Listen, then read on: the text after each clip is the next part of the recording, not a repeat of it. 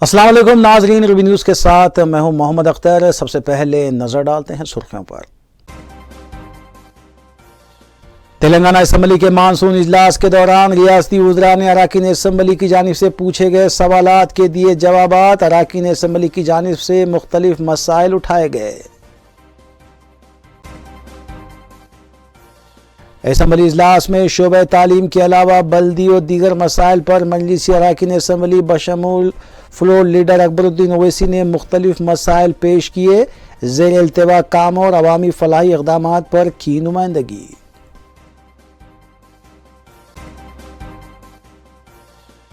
मुल्क की सियासी सूरत हाल और दहशतगर्द हमले के अलावा कई एक सुलगते मसाइल पर सदर मजलिस बैरिस्टर असदुद्दीन ओवैसी ने मीडिया से की बात। मरकजी हुकूमत को बनाया तनकीद का निशाना। आरटीसी मुलाजमीन के इंजमाम बिल पर रियासती गवर्नर ने दस्तखत कर दिए। बिल को असम्बली में पेश किया जाएगा। तेलंगाना स्टेट नारकोटिक्स ब्यूरो और अब्दुल्लापुर मेट पुलिस ने मुश्तरका तौर पर कार्रवाई करते हुए गांजा मुंतकली में मुलविस 2 बैन रियासती मुलजिमीन को लिया हिरासत में। 22 किलो गांजा और दीगर अशिया जुमला मालियती 9 लाख रुपये बरामद।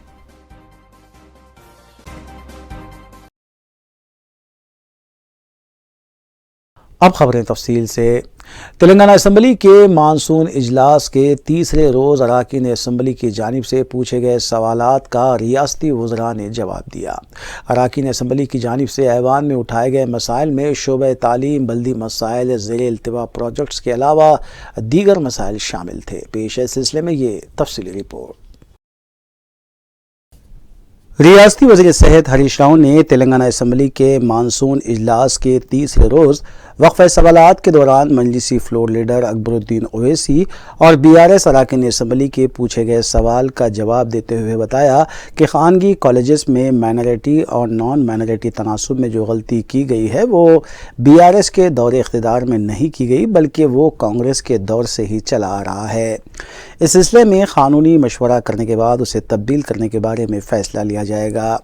उन्होंने बताया कि मुत्तहिदा आंध्र प्रदेश में तेलंगाना के अजला में एक भी डिग्री कॉलेज कायम नहीं था और मेडिकल कॉलेज भी 2 था 3 थे, लेकिन तेलंगाना की तश्कील के बाद वज़ीर आला के चंद्रशेखर राव ने हर ज़िले में एक मेडिकल कॉलेज कायम करने का फ़ैसला किया और सिर्फ 9 साल में 21 नए मेडिकल कॉलेजेस कायम करते हुए MBBS की नशिस्तों में इजाफ़ा करने के साथ साथ पोस्ट ग्रेजुएशन की नशिस्तों में भी इजाफ़ा करने के इक़दाम किए गए। क़ाबिल अज़ीम मजलिसी फ्लोर लीडर अकबरुद्दीन ओवैसी ने खानगी कॉलेजेस में माइनॉरिटी और नॉन माइनॉरिटीज़ के तनासुब में जो गलती हुई है उससे माइनॉरिटी और SC ST और BC मैरिट तलबा को जो नुकसान हो रहा है, इस गलती को दूर करने तक काउंसलिंग रोक देने का मुतालबा किया था। उन्होंने इस बात का सवाल किया कि मेडिकल कॉलेज के क़याम के लिए कितने अखराजात हो रहे हैं और कितनी फ़ीस वसूल की जा रही है, इसकी तफसीलात पेश की जाए और फौरी तौर पर स्कॉलरशिप जारी करने के भी इक़दाम किए जाएं। Honorable Speaker, sir, so through you I would like to ask the Finance Minister is that what is the financial allocation made for setting up or starting this new 21 medical colleges, sir? And also what is the expenditure incurred for starting this 21 medical colleges, sir? And also, sir, the third question I would like to ask is, what would be the additional financial burden on the Department of Health and Medical Education because of this new 21 medical colleges, sir? Sir, I would also like to know from Honorable Finance Minister, yesterday also I had asked the same question, sir. What is the estimated amount for starting a new medical college and a hospital? What would be the total expenditure for salaries of teaching and non-teaching staff in these 21 medical colleges, sir? And lastly, sir, I would also like to know what would be the total amount that would be incurred paying as a stipend to the undergraduates and postgraduates, and also what would be the amount, total amount incurred for the SRs.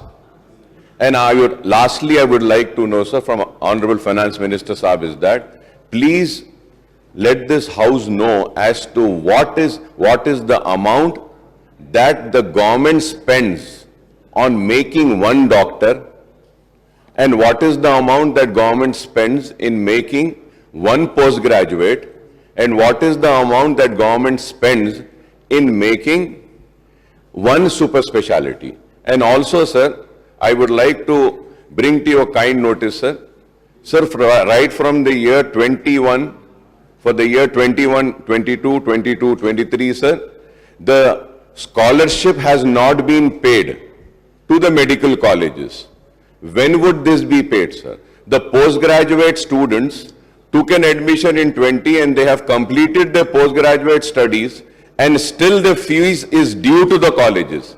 Yesterday, Honorable Minister Saab was saying that we are paying the salaries only 1 year, but here, sir, from last 3 years, it has not been paid. I can give an example of my own medical college. 6 crores of rupees are due to Deccan College of Medical Sciences for the year 2021, 21, 22, 22 and 23, sir, also for the postgraduate also, sir. I hope that Honorable Minister Saab would give me a specific reply for the questions raised, sir. ఈరోజు జిల్లాకు ఒక ప్రభుత్వ medical కాలేజీని ఏర్పాటు చేసి white coat revolution కూడా సృష్టించింది మన తెలంగాణ ప్రభుత్వం. ధాన్యం ఉత్పత్తిలో నంబర్ 1గా నిలిచాం. డాక్టర్ల ఉత్పత్తిలో కూడా తెలంగాణ నంబర్ 1లో నిలవబోతుందని నేను ఎంతో సంతోషంగా ఈ సభ ద్వారా ప్రజలకు తెలియజేస్తా ఉన్నాను అధ్యక్ష. ఒకనాడు మన పిల్లలు డాక్టర్ చదవాలంటే ఒక కలలాగా ఉండేది, కానీ ఆ కలను నిజం చేశారు మన ముఖ్యమంత్రి కేసీఆర్ గారు. కొంతమంది పిల్లలు సీట్లు రాక ఎంతో వ్యయప్రయాసాలకు లోనై పక్క రాష్ట్రాలకు వివిధ దేశాలకు వెళ్ళి చదువుకునేటువంటి పరిస్థితులు ఉండేవి. ఉక్రెయిన్కో రష్యాకో చైనాకు పోయి చదవాలంటే అక్కడ భాష నేర్చుకొని, రష్యన్ భాష చైనీస్ భాష నేర్చుకొని ఆ భాషలో చదువుకొని ఎంత ఇబ్బందులు మన పిల్లలు పడ్డారో కూడా తెలియంది కాదు అధ్యక్ష. కానీ ఈరోజు ముఖ్యమంత్రి గారు మన రాష్ట్ర అవసరాలను, కరోనా లాంటి వైరస్లు వచ్చినప్పుడు తట్టుకొని నిలబడే విధంగా ప్రతి జిల్లాకు ఒక ప్రభుత్వ మెడికల్ కాలేజ్ పెట్టారు అధ్యక్ష.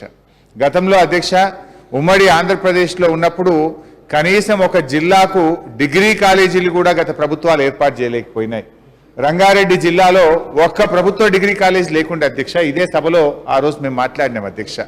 అంటే గత ప్రభుత్వాలు 10 జిల్లాలున్న తెలంగాణలో ఒక జిల్లాకు ఒక డిగ్రీ కాలేజ్ పెట్టలేకపోతే ఇవాళ 33 జిల్లాలుగా మార్చి ప్రతి జిల్లాకు ప్రభుత్వ మెడికల్ కాలేజీ పెట్టి గౌరవ ముఖ్యమంత్రి గారు చరిత్ర సృష్టించిన విషయాన్ని మీ ద్వారా గౌరవ సభ్యుల దృష్టికి తెస్తా ఉన్నాను అధ్యక్ష. ఎంబీబీఎస్ సీట్ల అధ్యక్ష రాష్ట్రం ఏర్పడ్డప్పుడు 2850 ఉంటే ఈరోజు 8515 ఎంబీబీఎస్ సీట్లకు పెంచుకోవడం జరిగింది. అదేవిధంగా పీజీ సీట్ల అధ్యక్ష 1183 నుంచి 2890 పీజీ సీట్లు కూడా పెంచుకోవడం జరిగింది అధ్యక్ష. అధ్యక్ష ఈ సంవత్సరం, ఈ విద్యా సంవత్సరంలో దేశం మొత్తం 2200 ఎంబీబీఎస్ సీట్లు ప్రభుత్వ రంగంలో ఏర్పడితే అందులో 900 ఎంబీబీఎస్ సీట్లు ఒక్క తెలంగాణ రాష్ట్రంలో ఏర్పడ్డాయి అధ్యక్ష. అంటే దేశం మొత్తం 1300 ఎంబీబీఎస్ సీట్లు వస్తే ఒక తెలంగాణలో 900 ఎంబీబీఎస్ సీట్లు మన ఒక్క రాష్ట్రంలో ఏర్పడ్డాయి. అంటే దేశంలో వచ్చిన ఎంబీబీఎస్ సీట్లలో 43% ఒక తెలంగాణ రాష్ట్రంలో వస్తే మిగతా 57%లో 27 రాష్ట్రాలు, కేంద్రపాలిత ప్రాంతాలు, కేంద్ర ప్రభుత్వ సంస్థలు అన్ని కలిపి వాళ్ళు 1300, ఒక్క తెలంగాణ 900 ఎంబీబీఎస్ సీట్లతో 43% మరి మన సీట్లు సాధించుకోవడం.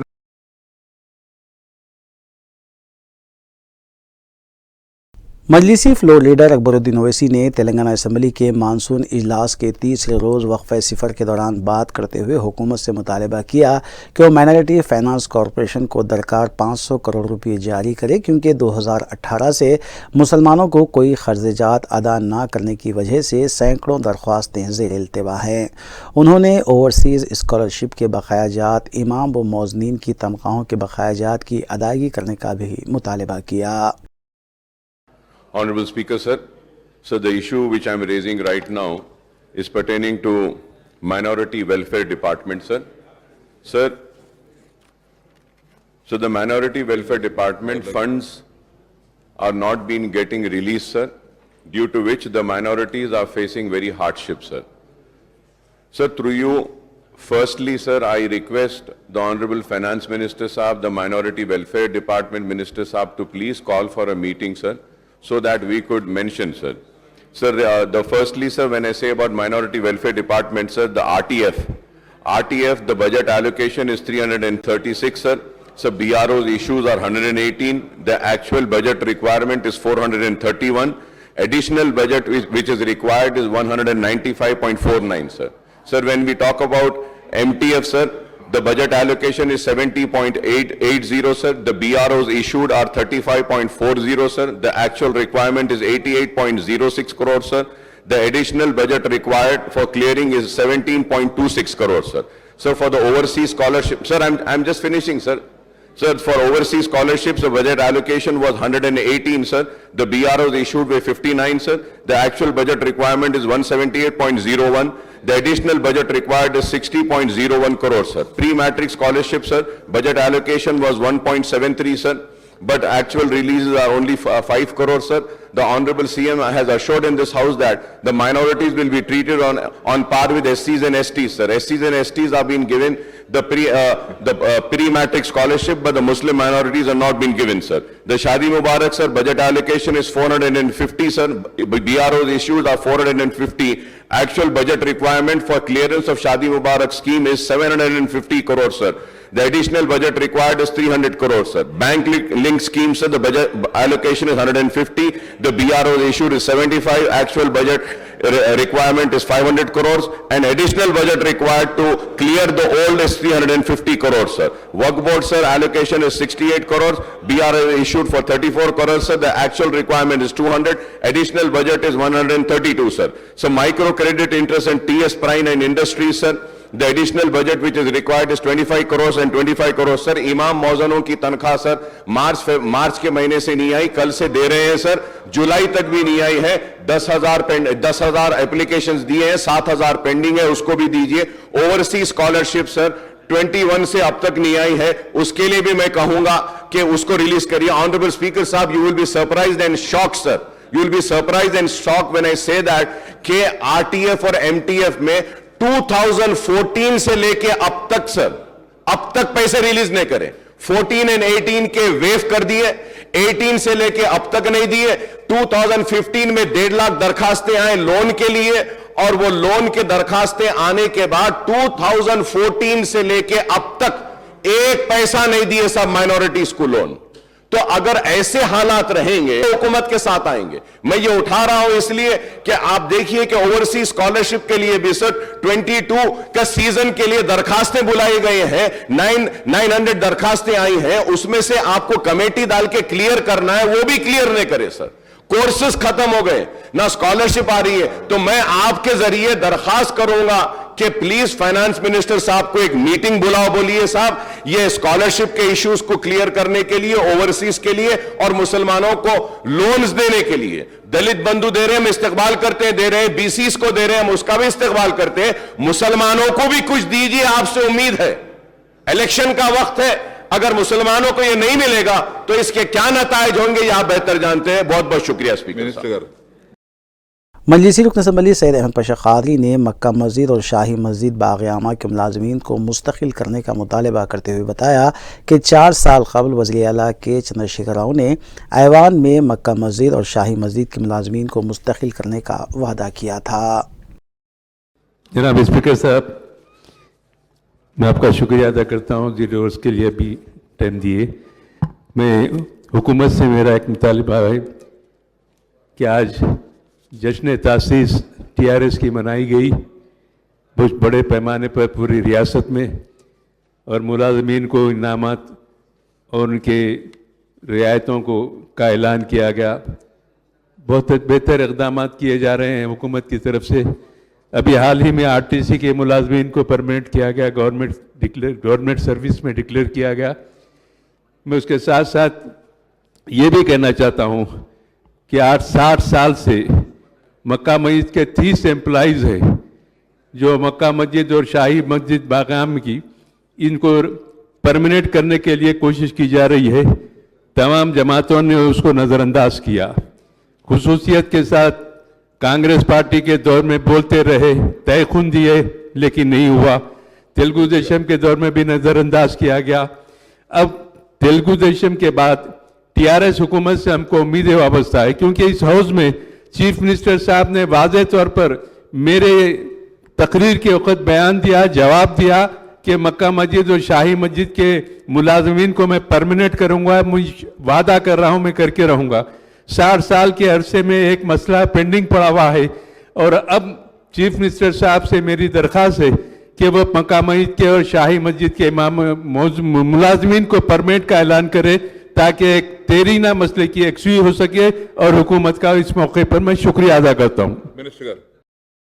मजलिसी रुकन असम्बली मोहम्मद मौज़म खान ने वज़ीर बल्दी नज़्म-ओ-नस्क़ के.टी. रामा राव से और GHMC से मुतालबा किया कि शहर के असम्बली हल्के जात में ज़ेर-इल्तिवा फ्लाई ओवर ब्रिजेस, नालों और दीगर तामीरी काम के लिए कॉन्ट्रैक्टर्स को फ़ंड्स जारी किए जाएँ, क्योंकि कॉन्ट्रैक्टर्स को फ़ंड्स जारी ना करने की वजह से तामीरी काम बंद कर दिए गए हैं।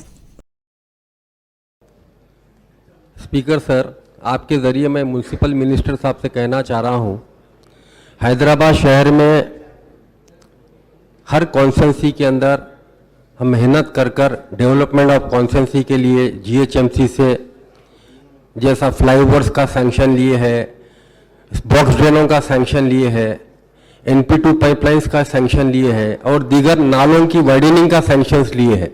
मगर गवर्नमेंट और Telangana greater Hyderabad municipal corporation sanction कर चुके हैं, मगर गुत्तेदारा काम स्टार्ट नहीं कर रहे फंड्स की कमी की वजह से।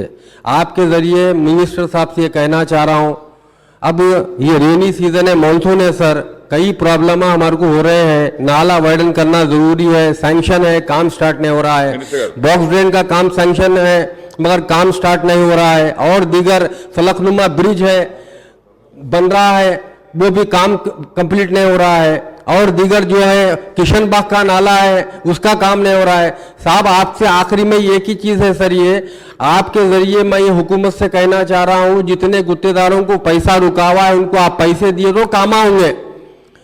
उसके लिए आपसे गुजारिश है कि गवर्नमेंट से कहे और ग्रेटर हैदराबाद म्यूनसिपल कॉरपोरेशन से जल्द गुत्तेदारों को पैसा दीजिए। पैसा दिए तो अब काम होगा ना सर, सैंक्शन हो गया, काम नहीं हो रहा पैसा नहीं रहने की तरफ से। मजलिसी रुकन असम्बली अहमद बलाला ने वक्फ़े सिफर में बात करते हुए हुकूमत से मुतालबा किया कि फौरी तौर पर नए राशन कार्ड्स बनाने के सिलसिले में दरख्वास्तें वसूल की जाएँ, क्योंकि साबिक़ में कई अफराद को राशन कार्ड्स हासिल नहीं हुए। करीब 4 साल से ज़्यादा अरसा हो गया जो राशन कार्ड के नए एप्लीकेशंस नहीं लिए। मैं आपके ज़रिए हुकूमत से गुजारिश करूंगा कि नए राशन कार्ड के दरख्वास्तें लें, क्योंकि गुज़िश्ता 4 साल पहले जो लिए थे उसके अभी अपन कार्ड्स जो है सो भी पिछले साल ही उसके अप्लाई करें। कई लोगों को तकलीफ़ हो रही है और जो लोग किसी वजूहात की वजह से कहीं बाहर जाकर 1-2 महीने राशन नहीं लिए उनके भी नाम उसके अंदर से हदफ कर दिए गए हैं, डिलीट कर दिए गए हैं, ताकि नए राशन कार्ड्स के आप खोलेंगे तो जो गरीब बिलो पॉवर्टी लाइन है उन लोग को इनकम सर्टिफिकेट लेने के लिए MRO के चक्रा करना पड़ रहा, तो ये तमाम सहूलतें होंगी और गरीब के लिए ज़रूरी है कि इमीडिएटली जो है ना आप नए राशन कार्ड्स के लिए एप्लीकेशंस के लिए दरखास्तें खोलें।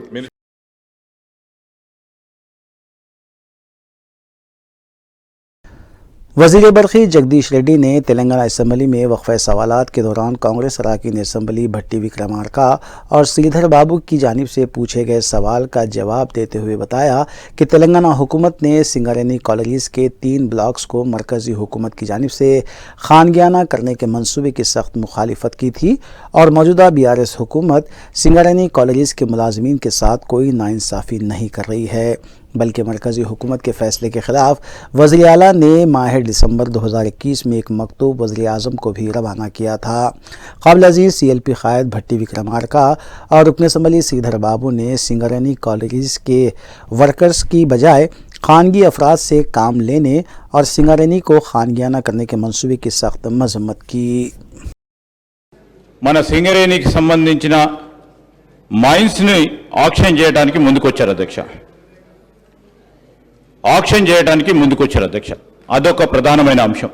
ఇప్పుడు ప్రభుత్వం ఏం చేయబోతా ఉంది దాన్ని ఆపు చేయడానికి, అంటే ఇవాళ ప్రస్తుతానికి ఇప్పుడున్న పరిస్థితుల ప్రకారం ఆపేసే ఉంటారు. దాన్ని ముందు రోజుల్లో ఏ విధంగా ఆపు చేయడానికి ప్రయత్నం చేస్తారు అధ్యక్ష. రెండవది, ఈరోజు మనము సింగరేణి కాలరీస్కి సంబంధించి పెద్దలు బట్టి గారు, శ్రీధర్ గారు కూడా అయితే ఇప్పుడు వారు అడిగిన అన్ని విషయాలకు సంబంధించి ఎండిఓ కావచ్చు, ఓపెన్ కాస్ట్కి సంబంధించినవి కావచ్చు, 2005లో అధ్యక్ష ఈ ప్రక్రియ ప్రారంభమైంది. 2005లో ప్రక్రియ ప్రారంభమైందంటే అప్పుడు రాష్ట్రంలో, కేంద్రంలో 2 చోట్ల ఉన్న ప్రభుత్వాలు ఏందో ఇవాళ అందరికీ తెలుసు అధ్యక్ష. కోల్ ఇండియాకు సంబంధించిన నిబంధనలన్నీ కూడా తయారు చేసింది ఆ రోజే అధ్యక్ష. ఇవాళ రాష్ట్రాలలో ఎక్కడ ఏం చేయాలన్నా రాష్ట్ర ప్రభుత్వంగా మనకున్న అధికారాలు,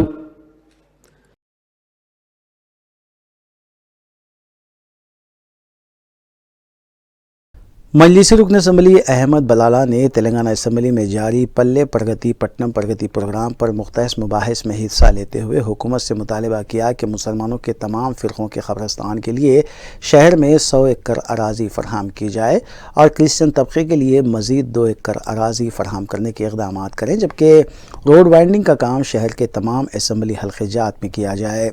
अहमद बलाला ने कहा कि छोटे कारोबार करने वालों को 10,000 रुपये की माली इमदाद भी दी जाए। उन्होंने कहा कि नाला डेवलपमेंट प्रोग्राम के तहत मलकपेट रेलवे स्टेशन के पास नाले को तोसी करने के इक़दाम करें और इस सिलसिले में मास्टर प्लान तैयार किया जाए, जबकि जियागुड़ा मसलक को असरी बनाने के भी इक़दाम किए जाएँ। और इसके साथ ही साथ डबल बेडरूम के अंदर भी, डबल बेडरूम के तकरीबन रेडी है। अब मैं समझता हूं कि हुकूमत ने ऐलान किया है कि ये महीने के अंदर डबल बेडरूम सबको दिए जाएंगे। तो मिनिस्टर साहब ने पहले भी वादा किया था कि शहरी इलाकों के अंदर 12% और अजला के अंदर, रूरल के अंदर 10%, गरीब मुसलमानों को भी उसके अंदर दिया जाएगा। तो मैं फिर से जो मुतालबा अकबरुद्दीन अवैसी साहब ने मजलिस की जानिब से किया था वो फिर से मुतालबा दोहरा रहा हूँ और हुकूमत से मिनिस्टर साहब को ये कह रहा हूँ कि भाई कि आप इसको गौर कीजिए, जो वादा पहले किया गया था उसको पूरा करते हुए शहरी इलाकों के अंदर 12% और अजला में 10% गरीब मुसलमानों को इसके अंदर जगह दीजिए ताकि वो भी गरीब मुसलमानों को घर मिल सके। और इसके मेट्रो के लिए मैं ये कहूँगा कि हुकूमत, मैं शुक्रिया अदा करता हूँ हुकूमत का कि जिन्होंने पुराने शहर के अंदर मेट्रो रेल के लिए मंजूरी दी है और इंशाअल्लाह मैं उम्मीद करता हूँ कि अनक़रीब पुराने शहर के अंदर मेट्रो रेल का काम चालू होगा। और मैं हुकूमत से ये भी मुतालबा करता हूँ मजलिस की जानिब से कि ना सिर्फ ये बल्कि नागोल से लेकर जो मलकपेट से होते हुए जो मेट्रो रेल जा रही है, आप एलबी नगर से उसको आईए सदन चौरस्ता मोड़िए, उधर से एक रोड दीजिए। एलबी नगर से आईए सदन लेकर आप वहां से बाबा नगर बल्लागुड़ा से लेकर जाके एयरपोर्ट को कनेक्ट कर सकते। एक परसों रिसेंटली माधोपुर से एक एयरपोर्ट के लिए सीएम साहब ने एक इफ्तिताह किया मेट्रो रेल का, तो वही मेट्रो रेल को जो माधोपुर से एयरपोर्ट जा रही है, हमारे होम मिनिस्टर साहब के ऑफिस के सामने से मेट्रो रेल जा रही है, वहां से लेकर लकड़ी का पुल, मेहदीपट्टनम, टोली चौकी, शेखपेट से ले आकर उसको कनेक्टिविटी दे सकते हैं। और एक मेट्रो रेल को आप जो है ना पुराना नए पुल से, सालारजंग म्यूजियम से, बहादुरपुरे से, झिर्रे से लेके जाकर उसको भी कनेक्ट, तो हम मेट्रो रेल का अच्छी तरीके से जाल बिछा सकते हैं जहां पर लोगों को ज्यादा से ज्यादा इस्तेफादा हो सकता है। तो मैं आपके जरिए ये कहूंगा कि हम हुकूमत को, अकबरुद्दीन अवैसी साहब रिटर्न के अंदर भी ये तमाम प्लान बनाकर आपको देंगे, तो ये तमाम रूट्स के भी अगर से आप टेकअप करेंगे तो आवाम को भी सहूलत होगी और मेट्रो रेल को भी ज्यादा से ज्यादा आमदनी होगी इससे। कि पिछले कोविड के जमाने में फकीर मुल्ला के पास जो 50 एकड़ जमीन थी उसमें से 35 एकड़ जमीन दी गई कब्रिस्तान के लिए और वो काफी यूज हो रही है। 15 एकड़ उसमें बाकी है, वो 15 एकड़ जमीन भी दी जाए। ना सिर्फ वो 15 एकड़ जमीन, इससे पहले भी मजलिस ने मुतालबा किया था कि शहर के अतराफ एक 100 एकड़ ज़मीन ख़बरस्तानों के लिए दिए जाए ताकि सुन्नियों के लिए वही 100 एकड़ में से सुन्नी मुसलमानों के लिए, शिया मुसलमानों के लिए और महदी मुसलमानों के लिए उसके अंदर ख़बरस्तान की जगह उसमें मिली जाए ताकि वह सहूलत हो। GHFC के अंदर डोकरा ग्रुप, सेल्फ हेल्प ग्रुप के स्कीम्स के अंदर कितने लोगों को इस्तेफादा हुआ जा रहा है। साउथ सर्कल के अंदर, चार मीनार जोन के अंदर कितने लोग उससे इस्तेफादा हासिल कर रहे हैं। उसको और डेवलप करने की ज़रूरत है। और उसके साथ ही साथ ना सिर्फ वो डेवलप करने की जरूरत है, उसके साथ ही साथ छोटे वेंडर्स, पिट्टी वेंडर्स जो है ना साहब, वो लोग सूद दे देकर परेशान हो जा रहे हैं। छोटे वेंडर्स को ये सूदखोर लोग पैसे दे रहे हैं, 10,000 रुपए देकर रोज 300 रुपए लेते हैं साहब। जब तक वो 10,000 नहीं फेरता रोजाना 100 रुपए मुनाफा लेते हैं। 10,000 को महीने को 2,000, 3,000 रुपए मुनाफा ले रहे हैं। तो मैं आपके जरिए एक गरीबों की मदद भी हो जाएगी। स्ट्रीट वेंडर्स के लिए एक 10-10 हजार रुपए की आप स्कीम लेकर आइए, ताकि स्ट्रीट वेंडर्स को 10-10 हजार रुपए दे और वो खुद ही से जो है सो अपना कारोबार कर सके। और उसके साथ ही साथ एक ये भी बनाइए, जिस तरीके से सेल्फ हेल्प ग्रुप औरतों का बना रहे हैं, आप पीटी वेंडर्स का भी एक ग्रुप बनाकर उन लोगों को भी दे सकते हैं, ताकि वो मिलकर कारोबार करें। एक 10-10 हजार की वॉलंटरीली इमदाद कर सकते हैं उनको। ये बहुत जरूरी है, गरीबों की दुआ लगेगी हुकूमत को और बहुत अच्छा काम होगा। ये सिर्फ ज्यादा अमाउंट नहीं है, बहुत कम अमाउंट लगेगा। एक 15-20 करोड़ रुपए दीजिए आप, हैदराबाद के तमाम स्ट्रीट वेंडर्स को मिल जाएंगे 10-10 हजार रुपए, और उनकी दुआ भी लगेगी आपको।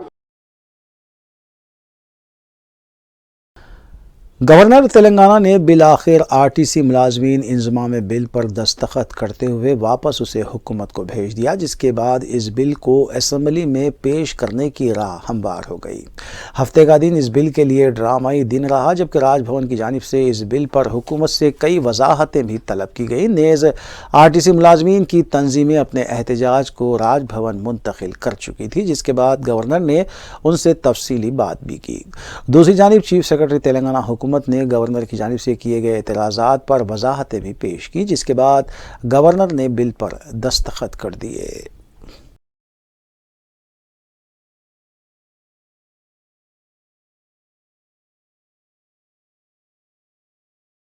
चीफ सेक्रेटरी तेलंगाना हुकूमत ए शांति कुमारी ने गवर्नर तेलंगाना की जानिब से आरटीसी मुलाजिम इंजमाम बिल पर उठाए गए सवालात पर वजाहत करते हुए कहा कि मज़कूरा बिल सिर्फ आरटीसी मुलाजमीन को सरकारी मुलाजमीन की हैसियत से देने की गर्ज से पेश किया जा रहा है, जबकि आरटीसी मौजूदा बुनियादी ढांचे और उसके क़वायद के मुताबिक ही काम करेगा। उन्होंने ये भी वजाहत की कि कॉरपोरेशन आरटीसी एक्ट 1950 के तहत ही काम करेगा। चीफ सेक्रेटरी ने बताया कि आरटीसी के बुनियादी ढांचे की तब्दीली और नए क़वानीन का इतलाक़ तक़सीम रियासत के तमाम मामलातों के हल तक नहीं किया जा सकता, जो कि मरकज़ के यहाँ ज़ेर इल्तिवा है। उन्होंने गवर्नर से ख्वाहिश की कि वह बिल पर दस्तखत करते हुए इसे जारिया सेशन में मंजूर करने की राह हमवार करें।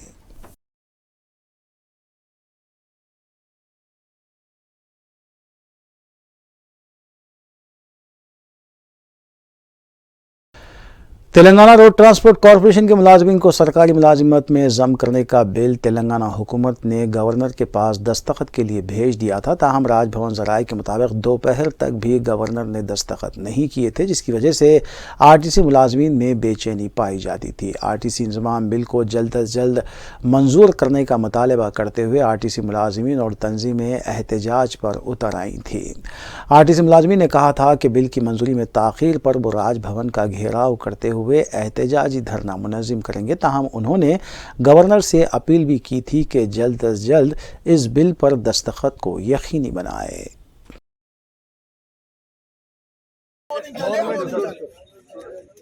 గవర్నమెంట్ లో విలీన చట్టాన్ని వెంటనే ఆర్టీసీ గవర్నర్లు ఆర్టీసీ చట్టాన్ని విలీనం చేయడాన్ని ఆర్టీసీ చట్టాన్ని గవర్నమెంట్ లో విలీనం చేయడాన్ని ఆర్టీసీ చట్టాన్ని గవర్నమెంట్ లో విలీనం చేయడాన్ని ఆర్టీసీ కార్మికుల చట్టాన్ని వెంటనే గవర్నమెంట్ లో విలీనం చేయడాన్ని ఆర్టీసీని గవర్నమెంట్ లో విలీనం చేయడాన్ని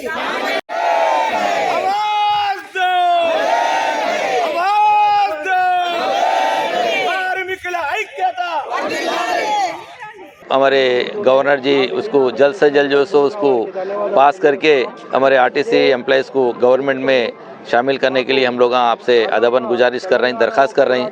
लिहाजा हम जो कई दिनों का सपना था, आरटीसी 80 साल की हिस्ट्री में अभी तक हम कॉरपोरेशन के तौर पे चले थे। अभी हमारे रियासत के चीफ मिनिस्टर साहब खैर हालात को समझते हुए सब चीज़ को मद्देनजर रखते हुए आपको हम कारपोरेशन क्यों रखना, हमारे अंडर में रखना, लिहाजा गवर्नमेंट में मिला है तो जो सो कुछ उनको हम साथ दे सकते हैं, एक एम्प्लॉइज़ को साथ दे सकते हैं। एक बड़ा ऑर्गेनाइजेशन है, इसको गवर्नमेंट के तौर पे चलना बोल के जो सो असेंबली में कल बिल रखे हुए हैं, उसी जो सो हमारे पास राजभवन को एज पर डेमोक्रेसी कंट्री रहने की वजह से गवर्नर के पास गया हुआ है। जल्द से जल्द सो हर चीज़ को मद्देनजर रखते हुए गवर्नर जी जो सो उसको पास करके मेरी हमको गवर्नमेंट एम्प्लॉइज में दाखिल करने के लिए शुक्रिया अदा कर रहा हूँ। शुक्रिया, जज़ाकल्लाह। सदर कुल हिंद मजलिस इत्तेहादुल मुस्लिमीन बैरिस्टर असदुद्दीन ओवैसी ने मुल्क की सियासी सूरत हाल पर अपने ख्यालात का इजहार किया। मीडिया से बात करते हुए बैरिस्टर ओवैसी ने मणिपुर आर्टिकल 370, ज्ञानवापी मस्जिद के अलावा जयपुर एक्सप्रेस में हुए दहशतगर्द हमले और राहुल गांधी से मुताल्लिक़ हालात पर रोशनी डालते हुए मरकज़ी हुकूमत को भी तनकीद का निशाना बनाया। पेश है सिलसिले में ये रिपोर्ट।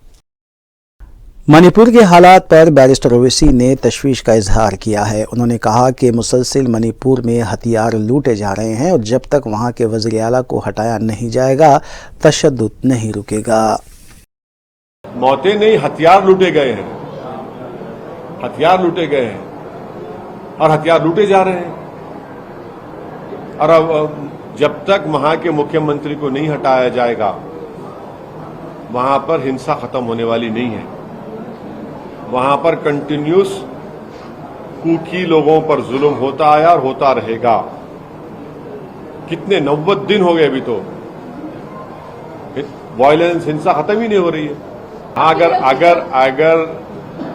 भारत सरकार ऑल पार्टी डेलीगेशन लेकर जाती है मणिपुर को तो बराबर हम जाएंगे, उसमें क्यों नहीं जाएंगे। मणिपुर की जनता को मरहम लगाने की जरूरत है। मणिपुर के महिलाओं को ये एहसास दिलाने की जरूरत है, ये पैगाम देने की जरूरत है कि पूरा भारत उनके साथ खड़ा हुआ है आज।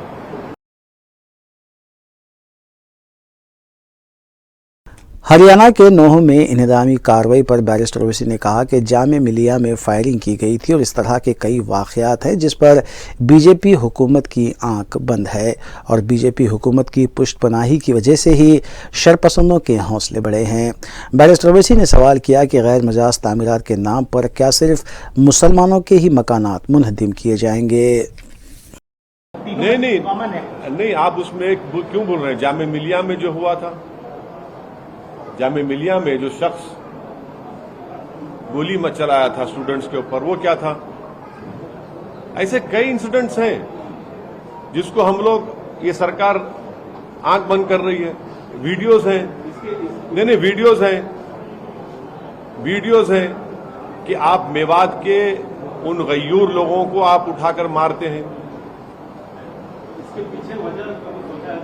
नहीं, इसके पीछे यही है कि उनको लगता है कि बीजेपी की सरकार है और एक कंड्यूसिव एटमॉस्फेयर बन चुका है तो हम अपना काम करते जाएंगे। आप बताइए कि मेवात में नूह में इतनी बड़ी गड़बड़ हो गई, जो घर तोड़े गए उसको कहा था अवैध है, इलीगल है। पूरे के पूरे मुसलमानों के घर तोड़ेंगे आप, पूरे के पूरे। और जो वीडियोस जारी किए, कह रहे हैं कि हम आ रहे हैं, क्या क्या नहीं कहा उस बकवास वीडियोस में। अच्छा, दूसरे दिन जब गुरुग्राम में रोड ब्लॉक किसने किया, जो लोग मस्जिद के इमाम का कत्ल किए उनका घर तोड़ेंगे आप। जो मस्जिद को जलाने की कोशिश की उनका घर तोड़ेंगे आप। जो मस्जिद के दो आज जिंदगी और मौत की लड़ाई लड़ रहे हैं उनका घर तोड़ेंगे आप। नहीं तोड़ेंगे आप सिर्फ मुसलमान का घर तोड़ेंगे। नहीं, अरे कहां तो भाई, जो मस्जिद के इमाम का कत्ल किया उसका पकड़ा ना, घर तोड़िए उसका। चलिए आप, जो मस्जिद को जलाया कोशिश किया उसका घर तोड़ेंगे आप। और अब क्यों तोड़ेंगे आप? अगर इलीगल था तो आपको नहीं मालूम था इलीगल है। जहांगीरपुरी में क्या हुआ था बताइए। ये तो हो रहा है ना। मध्य प्रदेश में क्या हो रहा है। बुलडोजर से इंसाफ करेंगे और किससे करेंगे इंसाफ आप? तो फिर कोर्ट, संविधान, सीआरपीसी, आईपीसी की जरूरत ही नहीं है। और फिर आपका कौन है, आपके चैनल पर एक इंटेलिजेंस का आदमी का दिखाया गया। हाँ, क्या नाम उसका? रिपोर्टर ने किया था सर। हाँ, वो इंटेलिजेंस का ऑफिसर कर हम लिख कर दिए हरियाणा सरकार को कि गड़बड़ होगी वहां पर।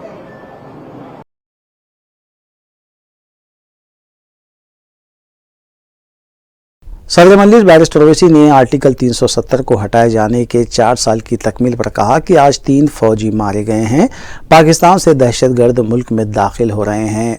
उन्होंने सवाल किया कि क्या अब भी पाकिस्तान के साथ वर्ल्ड कप क्रिकेट मैच खेला जाएगा। क्यों हंगामा नहीं हो रहा इस देश में?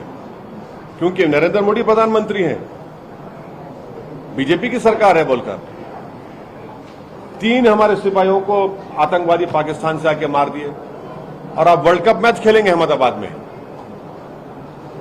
बताइए कौन सी मोहब्बत है ये भारत से? और फिर इंडियन एक्सप्रेस की रिपोर्ट आपको कह रहा हूं, आज की इंडियन एक्सप्रेस की फ्रंट पेज पे है कि 251 टेररिस्ट इंसिडेंट्स हुए जम्मू कश्मीर में जनवरी 2021 से मई 30 2023 इस साल में। माने 15 खाली जम्मू के 3 जिले में हुए और 236 वैली में हुए। हाँ, अब बताइए वैली में 129 हुए, 100 और 7 हुए। सिविलियन कैजुअलिटी वैली में सबसे ज्यादा है, 60 है 2021 से अब तक। तो ये क्या हो रहा है? इससे पहले 2021 सितंबर में शायद अगस्त में हमारे 5 जवान मारे गए फॉरेस्ट में, हम जाकर पाकिस्तान से मैच खेल लिए। आज देखिए हम 3 सोल्जर मारे जा रहे हैं, फिर हम खेलने जा रहे हैं नरेंद्र मोदी स्टेडियम अहमदाबाद में वर्ल्ड कप। हाँ तो उनको, हाँ नहीं ठीक, नहीं बहुत अच्छा है मैडम, मगर उस महिला को, ये जो 3 सिपाही मरे हैं उनकी महिलाओं का, उनकी अगर वो शादीशुदा है, उनकी मां है, तो उन महिलाओं का क्या होगा? मोटरसाइकिल पर डाल रहे हैं तो खुश, और ये जो 3 सिपाही हमारे मारे गए कल, पाकिस्तान से टेररिस्ट आकर मार रहे हैं। इनके घर के महिलाओं के बारे में कौन बात करेगा? कश्मीरी पंडित कश्मीर छोड़ के जम्मू में जाकर रह रहे हैं, उनके बारे में कौन बात करेगा? ये कौन सा नेशनलिज्म बीजेपी का, बताइए ना। आप क्रिकेट मैच के पक्ष में है कि नहीं है? आप जैसा लगता है कि आप वर्ल्ड कप के फेवर में नहीं है, पाकिस्तान नहीं वर्ल्ड कप खेलने के फेवर में नहीं। देखिए, जब आप ही ने कहा था कि आप मैच साथ नहीं चलेगा, बातचीत और बिरयानी साथ नहीं चलेगी, मैंने कहा था। आज हम आपसे पूछ रहे हैं।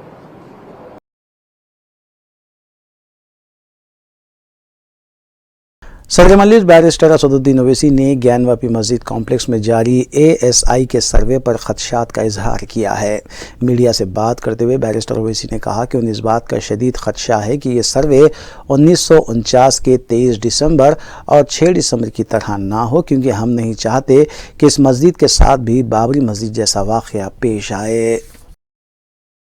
की सरकार थी, बगैर मुसलमानों को बताए ताले खोल दिए, और उस वक्त 86 में, मैं पहले ही बोल चुका हूं, बोल रहा हूं, उस वक्त टाइपराइटर नहीं था।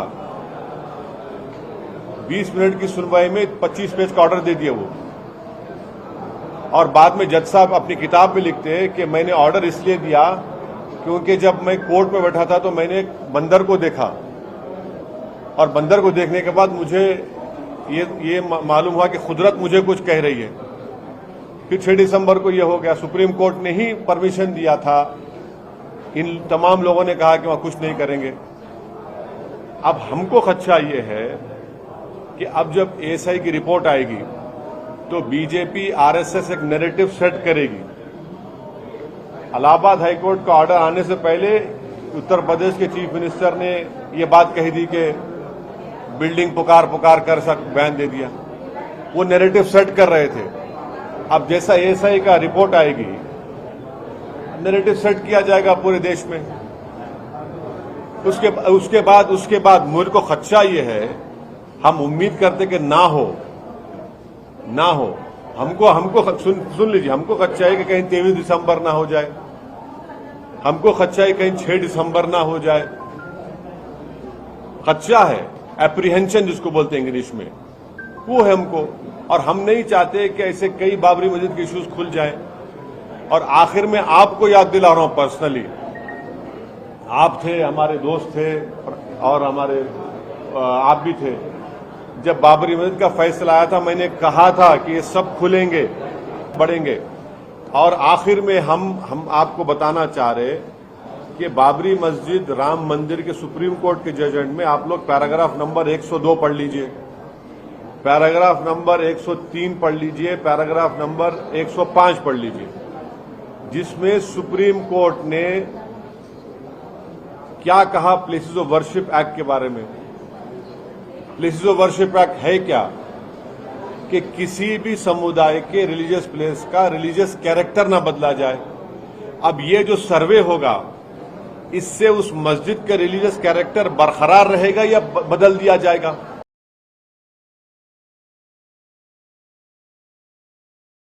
बैरिस्टर ओवैसी ने जयपुर एक्सप्रेस दहशतगर्द हमले में जहां बाग हुए सैयद सैफुद्दीन के अफराद ख़ानदान को तेलंगाना हुकूमत की तरफ से डबल बेडरूम मकान और मरहूम की अहलिया को मुलाजिमत फराहम किए जाने पर तेलंगाना हुकूमत की सताइश की। ताहम बैरिस्टर ओवैसी ने राजस्थान और दूसरी नाम नहाद सेकुलर जमातों की इख्तिदार वाली रियासतों को तनकीद का निशाना बनाया। उन्होंने कहा कि जो लोग सेकुलरिज्म के सर्टिफिकेट बांटते हैं वो इस मामले में इमदाद के लिए क्यों आगे नहीं आते। देखिए, हमको गाली दी जाती है, फुला टीम इनसे मिले हुए हैं, उनसे मिले हुए हैं। कोई बोलता है कि मोहब्बत की दुकान फुला फुला। अरे भाई, दुकान है तो चलाओ ना, फिर करो ना कुछ। जब केसीआर की सरकार यहां पर उनको 2 BHK देती है, उस मरने वाले के तीनों बेटियों को 2-2 लाख देते हैं और वो ऑर्डर भी इशू हो गया। इधर लाइए, ऐसा नहीं है कि सिर्फ कहा गया, देखिए ऑर्डर इशू हो गया है। कलेक्टर डिस्ट्रिक्ट मजिस्ट्रेट का ऑर्डर है, अनुदीप साहब का है 937/2023 इनको 2 BHK का घर दिया जाएगा आसिफ नगर जियागुड़ा में। फिर उनको विडो पेंशन का भी ऑर्डर इशू हो गया। तीसरा यह कि खोली Qutub Shah urban development authority में वो विडो को अपॉइंटमेंट किया जाएगा आउटसोर्सिंग बेसिस के ऊपर। ये तो हो गया ना, ये तो हम करा दिए। अब जिसको गाली देते ये टीम वो टीम फुला टीम, और फिर आप अपने उसमें केसीआर को भी नहीं बुलाते और फिर आप बोलते कि हम बड़े सेकुलर हैं। अरे भाई, कम से कम केसीआर ने कहा, आईना दिखा दिया आपको, आप भी करिए। बिहार प्रदेश को करना चाहिए, राजस्थान की सरकार को करना चाहिए। भाई, आप लोग तो सेकुलरिज्म के चौधरी है ना, आप तो दुकान चलाते हैं, बांटते हैं सर्टिफिकेट, ये कम्युनल, ये सेकुलर, वो टीम, ये टीम। अरे भैया, आप करिए ना, क्यों डर रहे आप करने से? जब तेलंगाना कर सकता है तो नीतीश कुमार को और अशोक गहलोत को भी करना चाहिए। करिए ना भाई, उनके वो मीना साहब के लिए भी करिए, सबके लिए करिए। एक आतंकवादी ने इनका कत्ल किया है, एक टेररिस्ट एक्ट है वो जयपुर का। आप करिए, क्यों नहीं करते आप लोग तो बड़े बड़े सेकुलरिज्म सर्टिफिकेट बांटने की फैक्ट्री है आपके पास, आप ही नहीं कर रहे हैं। अफसोस हो रहा है।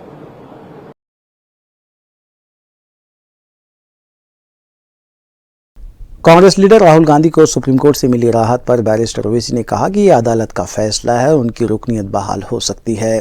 राहुल गांधी को मीडिया की तरफ से दोस्त कहे जाने पर बैरिस्टर ओवैसी ने मीडिया से मुखातिब होते हुए कहा कि आप सब भी मेरे दोस्त हैं। सुप्रीम कोर्ट का फैसला आने के बाद तो हो जाएगा वो। जयपुर मुंबई एक्सप्रेस ट्रेन में हुए दहशतगर्द हमले में हलाक बाजार घाट के साकिन मरहूम सैयद सैफुद्दीन के वर्सा को कुल हिंद मजलिस इत्तेहादुल मुस्लिमीन की जानिब से 1-1 लाख रुपये माली इमदाद दी गई। सदर कुल हिंद मजलिस इत्तेहादुल मुस्लिमीन और रुकन पार्लिमान हैदराबाद बैरिस्टर असदुद्दीन ओवैसी के हाथों दारुस्सलाम में मज़कूरा इमदाद हवाले की गई। इस मौके पर मजलिसी रुकन असम्बली जाफर हुसैन मेराज व दीगर भी मौजूद थे। वाज़ेह है कि एक दिन कबल कायद मजलिस अकबरुद्दीन ओवैसी के मुतालबे पर वज़ीर KTR ने BRS पार्टी की जानिब से माली इमदाद, तेलंगाना हुकूमत की जानिब से सरकारी मुलाजिमत, डबल बेडरूम फ्लैट और माहाना आसरा पेंशन भी मंजूर किया है। सरकारी मुलाजिमत खोली Qutub Shah urban development authority में मरहूम की बेवा अंजुम शाहीन को दी गई है।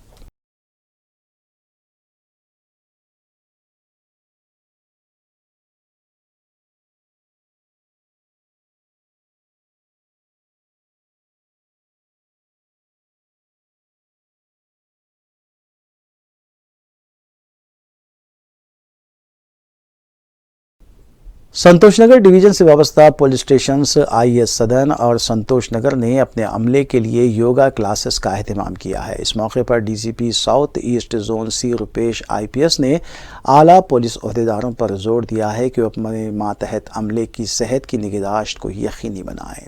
उन्होंने बताया कि हालिया अरसे में सेहत की खराबी और सड़क हादसात में पुलिस अहलकारों की मौत वाक़ हुई है, जिसका नोट लिया जाना चाहिए। उन्होंने बताया कि पुलिस अहलकारों को रोज़ाना योगा, हल्की वर्जिश के साथ साथ चहल कदमी को भी मामूल बना लेना चाहिए और दूसरी जानिब बाहर के खानों से परहेज भी करना होगा ताकि सेहत पर मुज़िर असरात ना होने पाए। इस मौके पर पुलिस स्टेशन के आला ओहदेदार भी मौजूद थे। योगा और मेडिटेशन किया हेल्थ के लिए। मेरा कांस्टेबल हेल्थ कैसा रहना, मेरा कांस्टेबल का बच्चों को कैसा पालना, उनको क्या देना, हेल्थ अच्छा कैसा देख लेना। वो कोई भी बोलते हेल्थ अच्छा देख लो, हेल्थ अच्छा देख लो बोलते। अच्छा बोले तो क्या है, कैसा देख लेना, कुछ रूल्स है क्या? हेल्थ अच्छा रखने को कुछ रूल्स है क्या? कुछ क्या फॉलो करे तो हेल्थ अच्छा रहता। पूरा हेल्थ अच्छा, हेल्थ देखो, हेल्थ अच्छा देख लो, हेल्थ अच्छा देख लो बोलते। कोई भी रहने दो, बच्चों भी स्कूल में अच्छा पढ़ो, अच्छा पढ़ो, अच्छा पढ़ो बोलते। अच्छा पढ़ो बोलते, क्या पढ़ना, कैसा पढ़ना वो बोलना। हेल्थ अच्छा देख लो बोले तो वो नहीं, क्या क्या बोलना, हेल्थ कैसा देख लेना अच्छा, वो इम्पोर्टेंट है। ऐसा उसके लिए मेरा कांस्टेबल्स पूरा उनको बोल दिया। उनको उनका बच्चों के लिए कैसा पालना वो भी बोल दिया। एजुकेशन कैसा देना, उसको द बेस्ट एजुकेशन कैसा देना वो भी बोला। अत्तापुर के आरडीजी स्कूल में पीटी टीचर की तरफ से तालिबात को मुबैना तौर पर जिनसी हिरासानी का इंकशाफ हुआ है। सरपरस्तों ने इस वाक़े की इत्तला मिलते ही स्कूल पहुंचकर एहतजाज किया और स्कूल इंतज़ामिया की तरफ से मौसिर तयक़ून और कार्रवाई ना किए जाने पर दफ्तर को ताला लगा दिया गया। सरपरस्तों ने कहा कि हम तालीम के लिए बच्चों को स्कूल भेजते हैं, अगर बच्चों के साथ हिरासानी होगी तो बर्दाश्त नहीं किया जाएगा। सरपरस्तों ने पीटी टीचर के खिलाफ पुलिस में शिकायत भी दर्ज करवाई और पुलिस से भी टीचर के खिलाफ सख्त कार्रवाई का मुतालिबा किया गया है।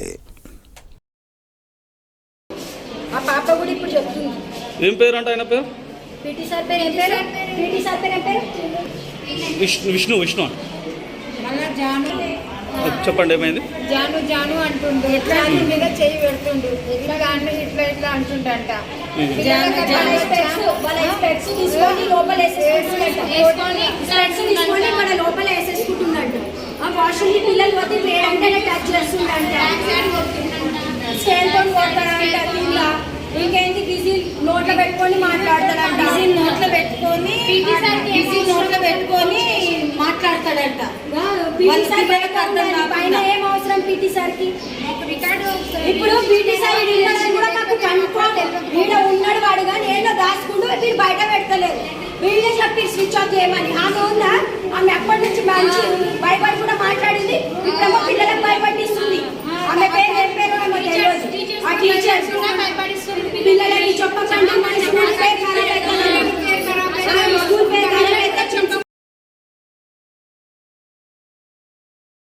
Telangana state anti narcotics bureau ने अब्दुल्लापुर मेट पुलिस के इश्तराक से कार्रवाई करते हुए गांजे की मुंतकली में मुलविस 2 बैन रियासती मुलजिमीन को हिरासत में लिया। ब्यूरो ज़राए के मुताबिक बावसूख इत्तला पर अब्दुल्लापुर मेट पुलिस स्टेशन हदूद में ये कार्रवाई अंजाम दी गई और हिरासत में लिए गए मुलजिमीन के कब्जे से 22 किलो गांजा और दीगर अशिया जुमला मालियती 9 लाख रुपये बरामद किए गए। दोनों मुलजिमीन का ताल्लुक औरंगाबाद महाराष्ट्र से बताया गया है, जबकि मज़कूरा गांजा विशाखापट्टनम और राजमुंदरी से ख़रीद कर वो हैदराबाद और इसके नवाही इलाके जात में ज़रूरतमंदों में भारी कीमत पर फ़रोख्त करते थे।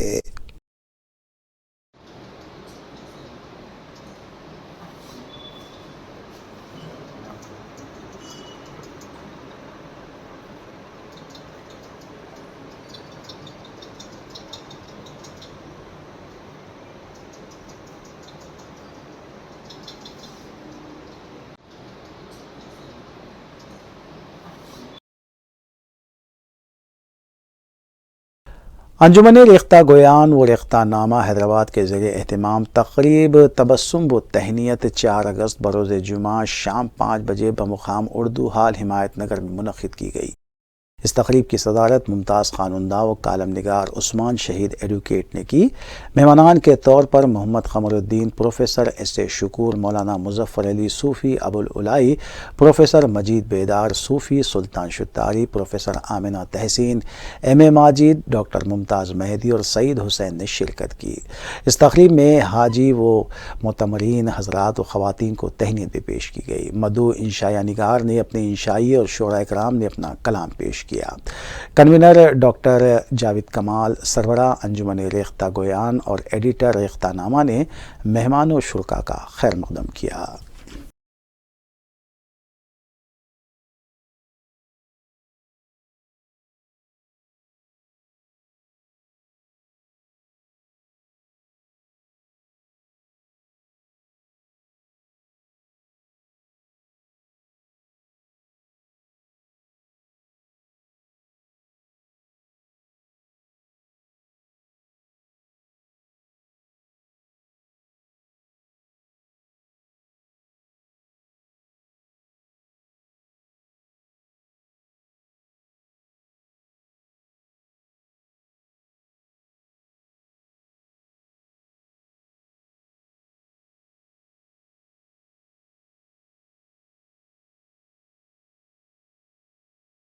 आखिर में सुर्खियां एक बार फिर। तेलंगाना असम्बली के मानसून इजलास के दौरान रियासती वज़रा ने अराकीन असम्बली की जानिब से पूछे गए सवालात के दिए जवाबात। अराकीन असम्बली की जानिब से मुख्तलिफ मसाइल उठाए गए। असम्बली इजलास में शोबे तालीम के अलावा बल्दी और दीगर मसाइल पर मजलिसी अराकीन असम्बली बशमूल फ्लोर लीडर अकबरुद्दीन ओवैसी ने मुख्तलिफ मसाइल पेश किए। ज़ेर इल्तिवा काम और अवामी फलाही इक़दामात पर की नुमाइंदगी।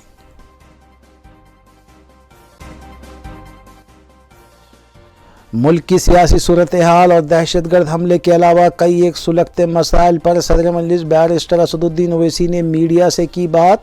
मरकजी हुकूमत को बनाया तनकीद का निशाना। RTC मुलाजमीन के इंजमाम बिल पर रियासती गवर्नर ने दस्तखत कर दिए। बिल को असम्बली में पेश किया जाएगा। तेलंगाना स्टेट नारकोटिक्स ब्यूरो और अब्दुल्लापुर मेट पुलिस ने मुश्तरका तौर पर कार्रवाई करते हुए गांजा मुंतकिली में मुलविस 2 बैन रियासती मुलजिमीन को लिया हिरासत में। 22 किलो गांजा और दीगर अशिया जुमला मालियती 9 लाख रुपये बरामद।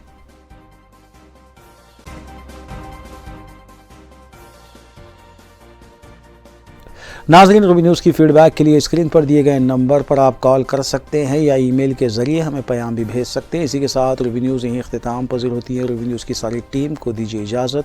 अल्लाह हाफ़िज़।